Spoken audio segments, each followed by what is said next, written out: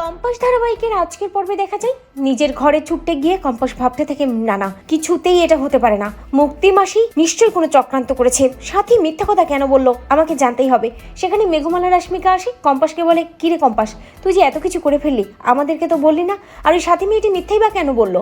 Compass মেঘমালাকে বলে দিদিভাই আমার মনে হয় ওকে কেউ ভয় দেখিয়েছে, এমনটাও হতে পারে ওর দুর্বলতা নিয়ে কেউ ওকে ব্ল্যাকমেল করেছে, সত্যিটা আমাকে জানতে হবে, তবে আমাদেরকে চুপি চুপি মেয়েটিকে ফলো করে সত্যি জানতে হবে, নয়তো কিন্তু কিছুতেই সাথে সবকিছু স্বীকার করবে না। সেখানে বিহান আসে এবং ঘরে ঢুকেই বলে ও আবার নতুন করে কনস্পিরেসি শুরু হয়ে গেছে তাই তো, এমনটা আমি ভেবেছিলাম।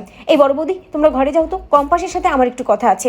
এই বলেই মেঘমালা এবং রাশ্মিকাকে ঘর থেকে বের করে দেয় বিহান। অন্যদিকে মেঘমালা রাশ্মিকা বিহানের সাথে একটু খুনসুটি করতে করতে বেরিয়ে যায় যে কম্পাসের সাথে নিশ্চয়ই কোনো রোমান্টিক কথা বলবে বিহান এখন।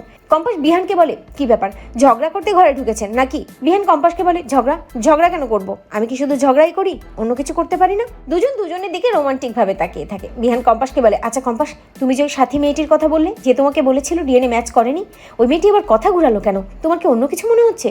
কম্পাস বিহানকে বলে হ্যাঁ বিহান স্যার, এই কথাই তো আমি দিদিভাইদেরকে বলছিলাম, আমার মনে হয় মেয়েটিকে কেউ ভয় দেখিয়েছে, মেয়েটিকে কেউ ব্ল্যাকমেলও করতে পারে। কি কারণে মেয়েটি আমাদেরকে মিথ্যে বলেছে আমাদেরকে জানতে হবে, তবে উঠতে দিন সেনাপতি এবং মুক্তিবাসীকে, আপাতত উঠতে দিন, ওদের ডানা কেটে দেওয়ার আগে আমাদের ওই এআই কনফারেন্সটা শেষ করতে হবে, কারণ ওখানে কলেজের সম্মান জড়িয়ে আছে। আপনি চিন্তা করবেন না, কলেজের সম্মান পরিবারের সম্মান সব আমি রক্ষা করব, আপনি শুধু আমার উপর একটু ভরসা রাখেন।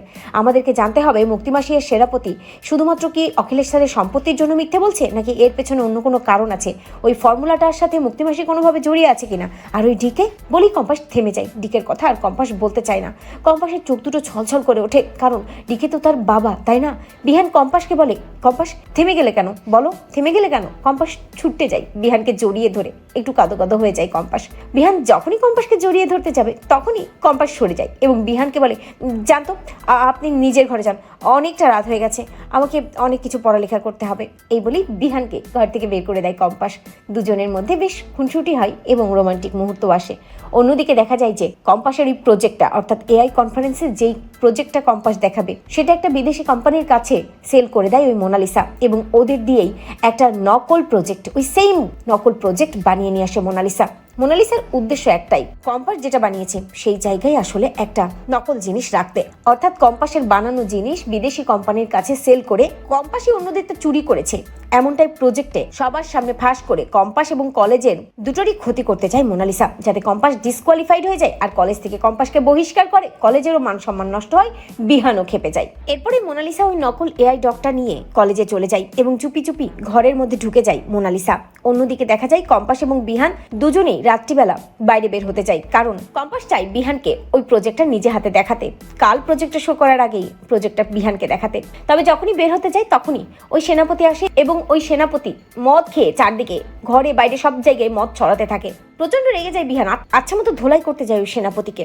তখনই বেঁধে যায় মুক্তির সাথে গ্যাঞ্জাম এবং মুক্তি বিহানকে বলে তোরা আমার ছেলেকে এভাবে মারতে পারিস না। কিন্তু কম্পাস এগিয়ে এসে বলে মুক্তিমাসি তোমার বাড়াবাড়ি তো বন্ধ হবে আর তোমার ছেলের বাড়াবাড়িও বন্ধ হবে, আমি খুব শীঘ্রই সবটা প্রমাণ করে দেবো, আর তখন তোমার ছেলের গলায় ওই মদটা ঝুলিয়ে এই বাড়ি থেকে আমি বের করে দেবো। মুক্তি কম্পাসকে চ্যালেঞ্জ করে বলে যে আমি তোমাকে দিয়ে আমার কাছে ক্ষমা চাওয়াবই কম্পাস আজ এই বাড়াবাড়ি করার জন্য। এরপরে দেখা যায় বিহান এবং কম্পাস যখনই বের হতে যায় তখনই মেঘমালা রাশ্মিকা সবাই পিছু নেয়, সবাই যাবে বিহান কম্পাসের সাথে। এরপরে বিহান এবং কম্পাস দুজনেই কলেজে পৌঁছে যায়। অপরদিকে ঘরের মধ্যে মোনালিসা ওই ডগটা চেঞ্জ করার কাজে ব্যস্ত। ঠিক তখনই বিহান এবং কম্পাসের গলার আওয়াজ, পায়ের আওয়াজ শুনতে পায় মোনালিসা ওই ঘরের মধ্যেই একটা পাশে লুকিয়ে পড়ে এবং ভাবতে থাকে ওরা চলে গেলে তারপর আমি ওই ডগটা চেঞ্জ করে দেবো। তো বন্ধুরা তোমরা এটাই চাও তো মোনালিসা যেন হাতে নাতে ধরা পড়ে? কমেন্ট করে জানাতে ভুলো না।